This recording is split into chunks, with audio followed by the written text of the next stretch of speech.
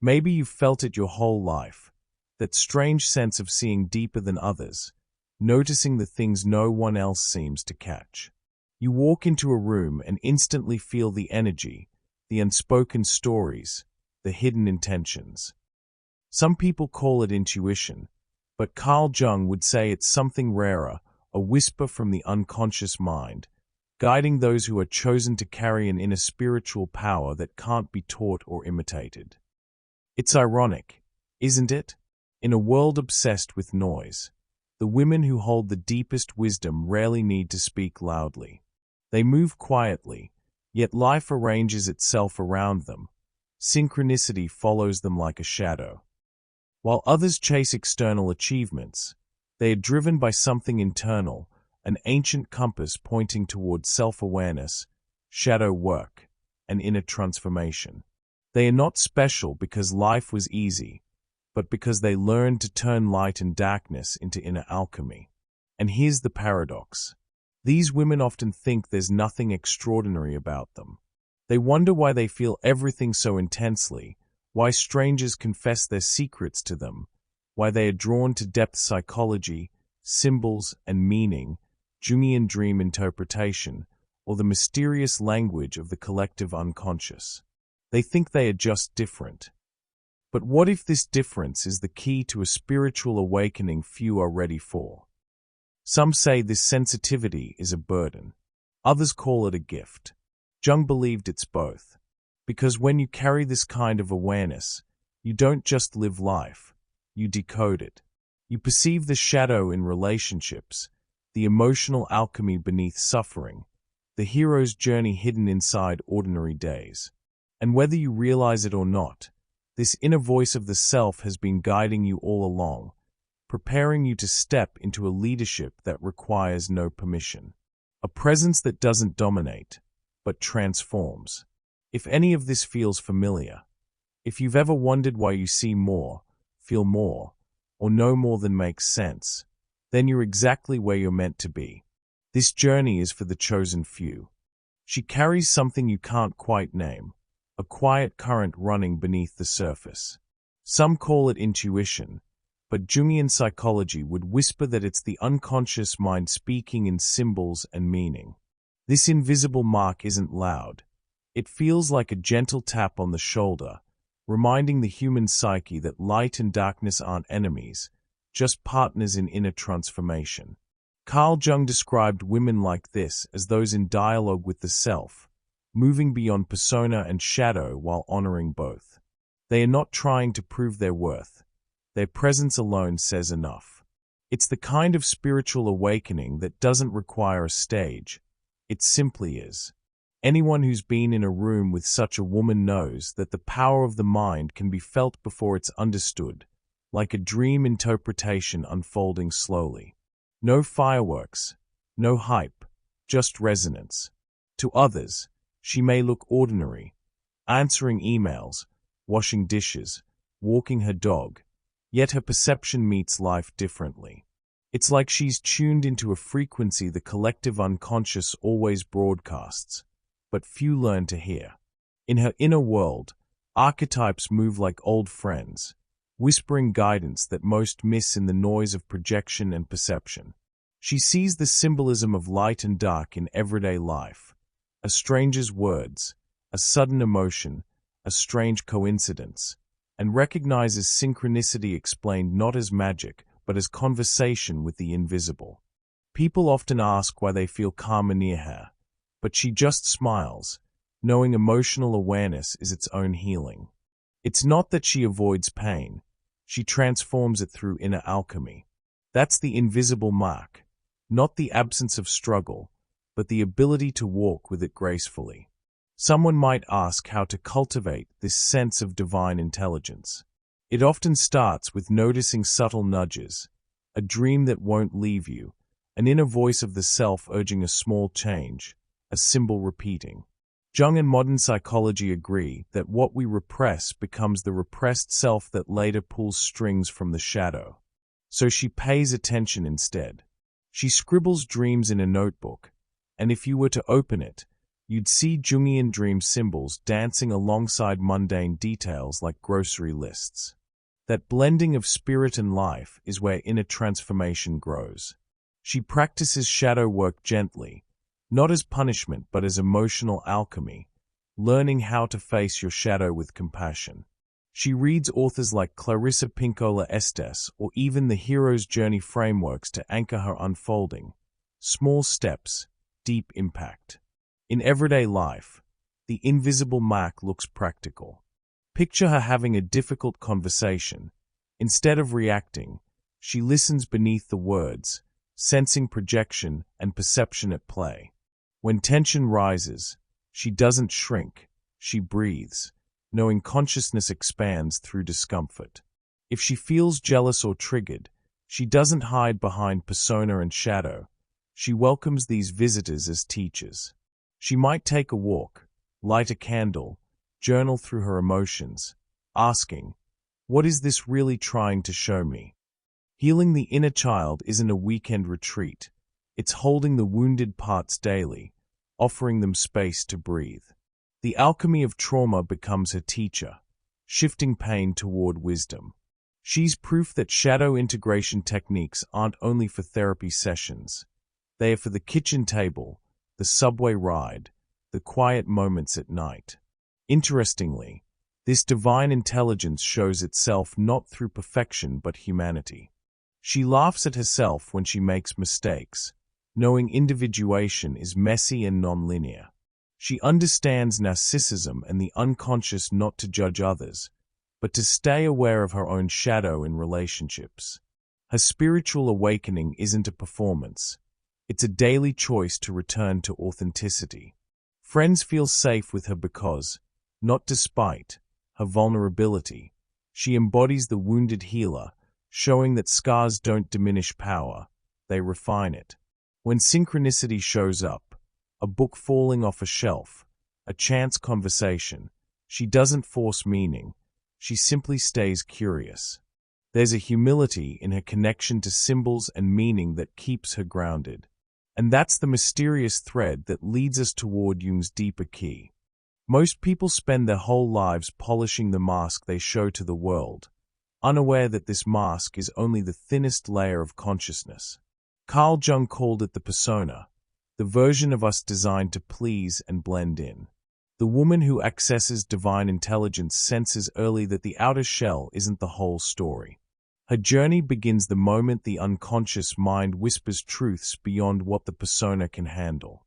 Jungian psychology would say the self is calling, inviting her to explore symbols and meaning beyond appearances. This inner guidance shows her the power of the mind not in performance, but in honesty. The chosen one realizes that light and darkness are not enemies, merely partners guiding inner transformation. That's when she starts listening more to what's within than what's expected. Inside her private world, the terrain is anything but tidy. This is where shadow work unfolds, where repressed self, forgotten emotions, and psychological archetypes quietly influence her steps. The woman who accesses divine intelligence understands projection and perception, noticing how the shadow in relationships often reflects what she hasn't yet accepted in herself. Maybe she was celebrated for being the strong one, the helper, the achiever, yet deep down, parts of her never learned to rest. Through depth psychology, she discovers that healing the inner child isn't about erasing the past, it's about holding it with compassion. As she listens inwardly, individuation begins to move beneath the surface. Slowly, she sees her persona not as an enemy, but as a costume needing tailoring. In daily life, the dance between persona and inner truth shows up in subtle ways. The woman who accesses divine intelligence might say yes too quickly, slipping into the persona of the dependable one, even as her inner world begs for quiet. Or she feels sudden discomfort around someone and can't explain why, until she realizes projection is speaking. Curious, she experiments. She pauses before agreeing, asking what the unconscious mind is revealing. She might even explore dream interpretation, noticing Jungian dream symbols that map her inner transformation. Books like Women Who Run with the Wolves or Jung's writings on the unconscious offer her both guidance and companionship.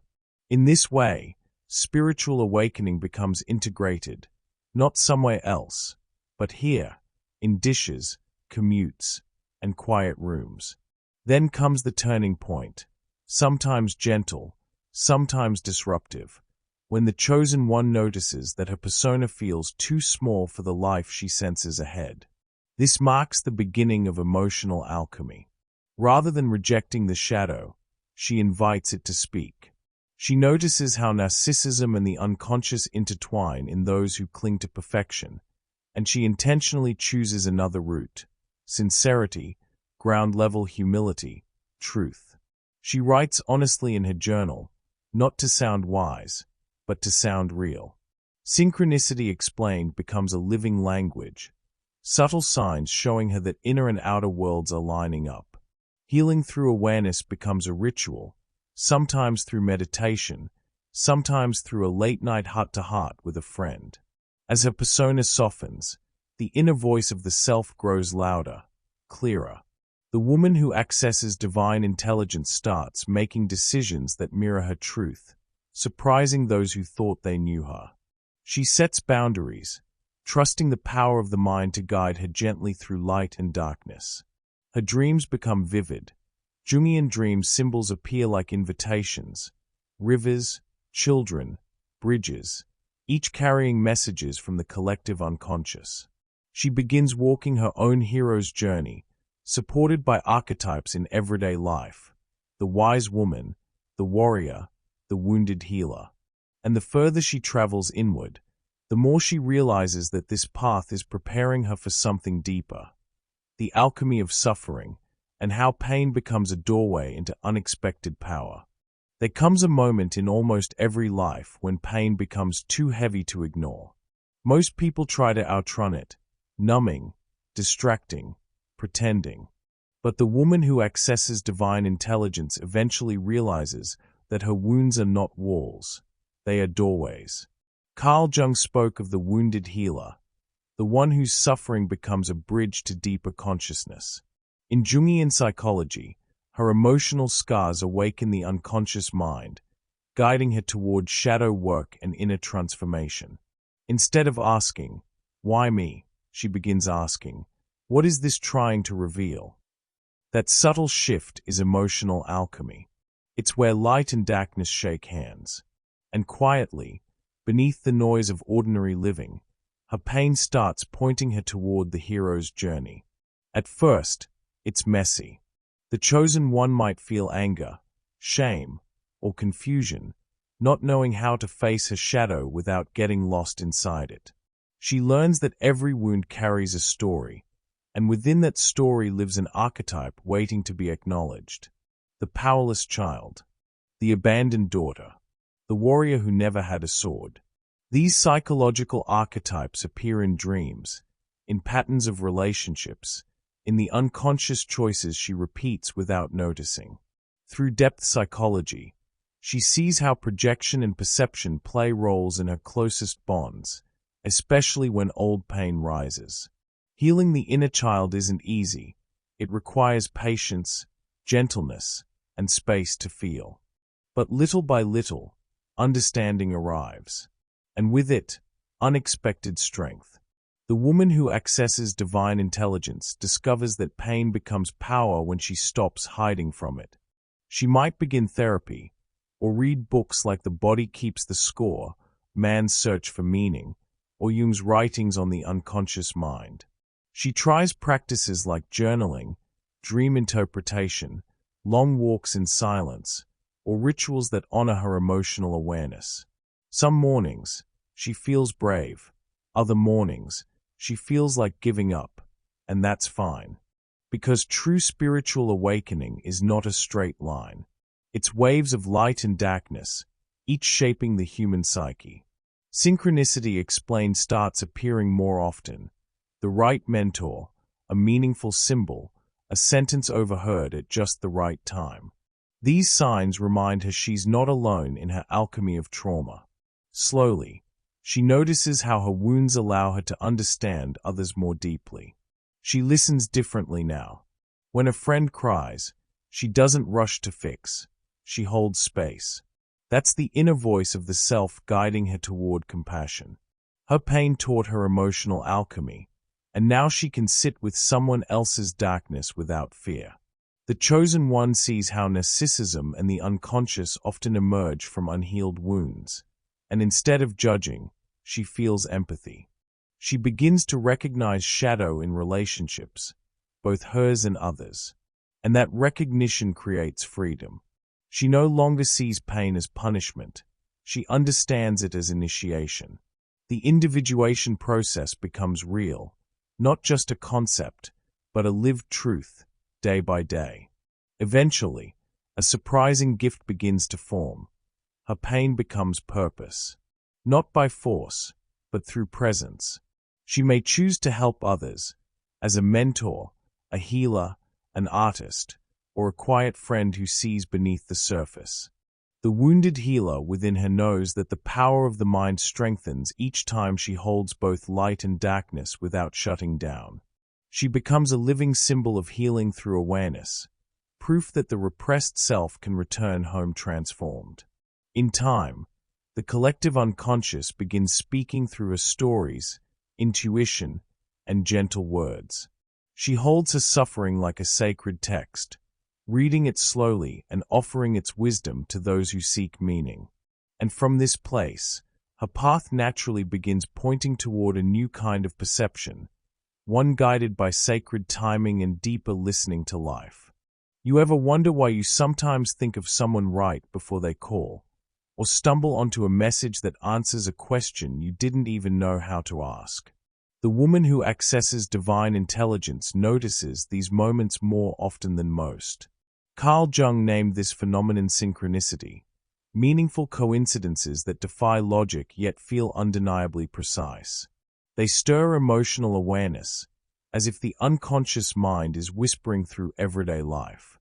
A lyric, a symbol, a sudden encounter, each reveals symbols and meaning far deeper than chance.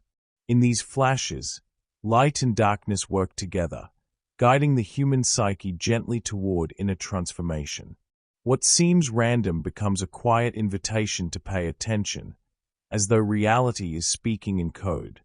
With time, the chosen one begins to trust that synchronicity is one of the inner voice of the self. It shows up like a compass, pointing her toward her individuation process. Jungian psychology suggests these signs don't demand blind belief. Instead, they invite curiosity.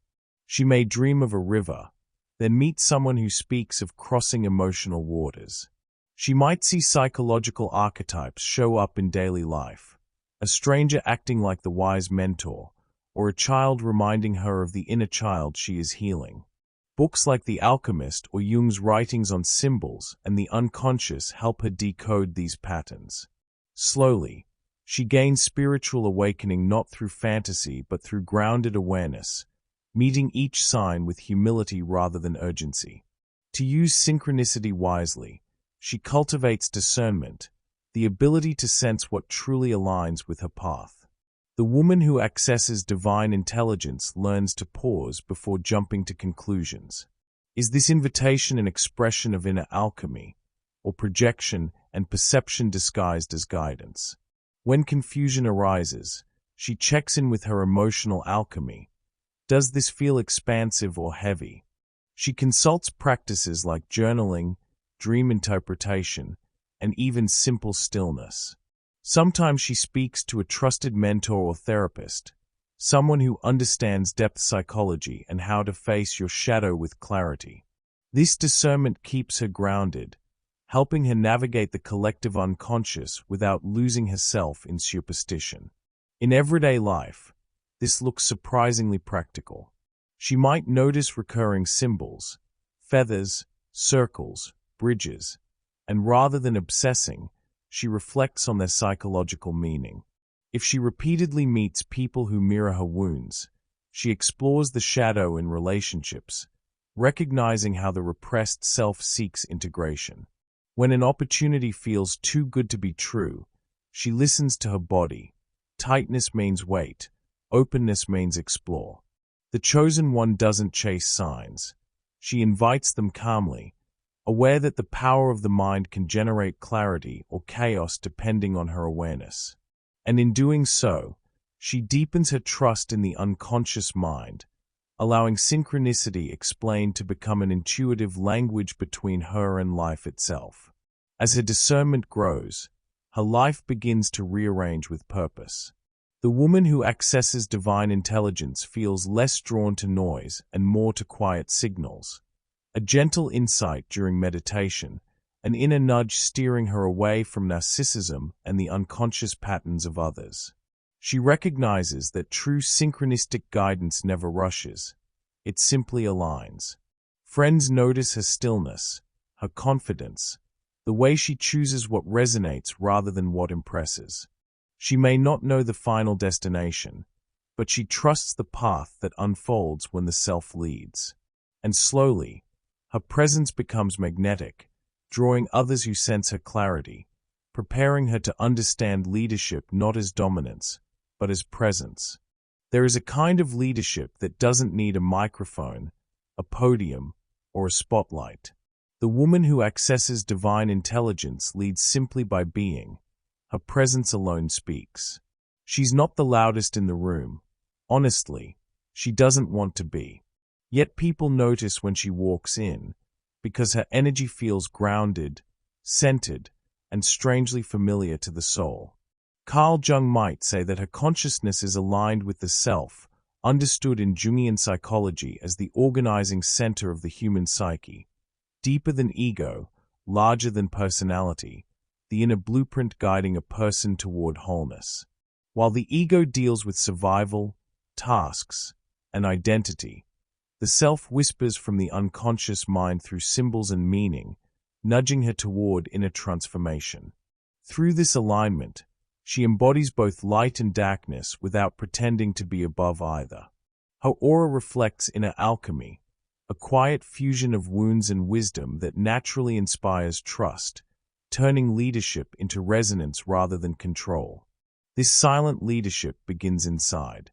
Jungian psychology explains that the self is not the ego, but the totality of who a person is meant to become, the wholeness that includes the unconscious mind, archetypes, shadow, inner child, and all hidden potentials. The self is like an internal compass, guiding the individuation process, the lifelong journey of becoming one's truest form. For the woman who accesses divine intelligence, this means her decisions stem not from fear or persona, but from this deeper organizing center. She learns that the ego should not be destroyed, but placed in service of the self. When the ego softens, the unconscious mind expresses itself through intuition, symbols and meaning, dreams, and synchronicity. She notices projection and perception in conversations, gently redirecting emotional energy instead of reacting impulsively. Healing the inner child has made her compassionate. Shadow work has made her honest. She carries the wisdom of the wounded healer without ever having to announce it. In everyday life, her leadership looks beautifully ordinary. Maybe she's the friend who quietly checks in when no one else remembers, or the coworker who brings clarity to a chaotic conversation without raising her voice. She trusts the power of the mind to guide her through moments of light and darkness. When faced with conflict, she doesn't dominate. She listens, asks, and reflects. She practices emotional alchemy in real time, turning tension into understanding. A simple example: when someone snaps at her, she pauses, sensing the shadow in relationships, and responds with curiosity instead of defense. It's not perfection, it's presence. Her choices become invitations for others to meet her at a deeper level. What sets her apart is that she sees leadership as an inner responsibility, not an external badge. The woman who accesses divine intelligence recognizes that every interaction is part of a greater story, the hero's journey unfolding through the collective unconscious. Sometimes, synchronicity explained shows her where to step next, a conversation that opens a door, a book that appears at the right moment, a dream whispering symbolic guidance. Jungian dream symbols, rivers, roads, children, animals, speak to her inner world and translate into action. She practices how to face her shadow with courage, knowing that self-awareness creates clarity, and that clarity becomes her quiet authority. Over time, people start seeking her perspective, not because she demands it, but because she has earned it. The chosen one knows that leadership based on fear dies quickly, but leadership rooted in presence endures. Her wisdom is lived, not preached. She understands narcissism and the unconscious enough to avoid its traps, choosing instead to lead from humility. She cultivates spaces where others feel seen, not judged, a powerful form of emotional awareness. This silent power radiates through her choices, boundaries, and kindness, inspiring others to trust their own inner voice of the self. In this way, her presence doesn't just affect individuals, it subtly shifts environments, preparing her for a journey where her influence deepens and her story expands into something even more meaningful. In the end, it all comes down to a choice: keep living on autopilot, or awaken to what Carl Jung called the self, the deepest, truest center of who you are. A woman who accesses divine intelligence isn't born ready. She becomes herself the moment she turns inward, faces her shadow, and transforms pain into purpose. Now it's your turn. What has your intuition been whispering that you've ignored? Where is life asking you for courage, and you're still holding back? Which part of you is ready to be reborn? Start small, notice synchronicities, write down your dreams, pay attention to your emotional triggers. Tiny shifts can open massive doors. When you honor your truth, your presence changes, and everything around you follows. If this message spoke to your heart, share in the comments what resonated most. And of course, subscribe to the channel and turn on notifications so you don't miss your next step on this inner journey.